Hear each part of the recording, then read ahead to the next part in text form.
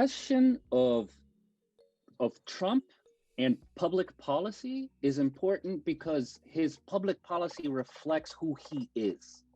And the same is true for Joe Biden.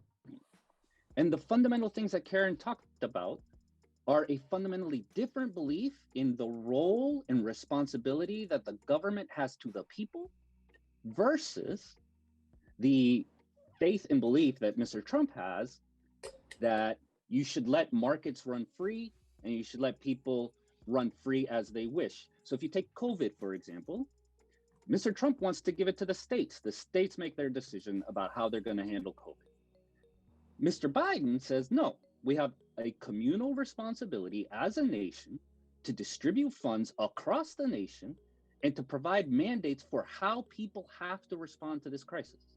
Those are two fundamental public policy views about how you address a problem. And Trump's strategy to date, just by the numbers, well, I'm a partisan, but just by the numbers, have failed. So Mr. Trump said he wants to fire Fauci, which is our top national knowledgeable human being, our most capable doctor on virus pandemics.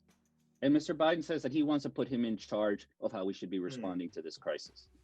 Two fundamental different views about how you execute public policy, rooted in personality, character, and beliefs, right? So Mr. Biden has run a campaign that says this is a question about Wall Street versus Main Street. Trump is very wealthy. He was born wealthy. He was raised wealthy. He lived wealthy.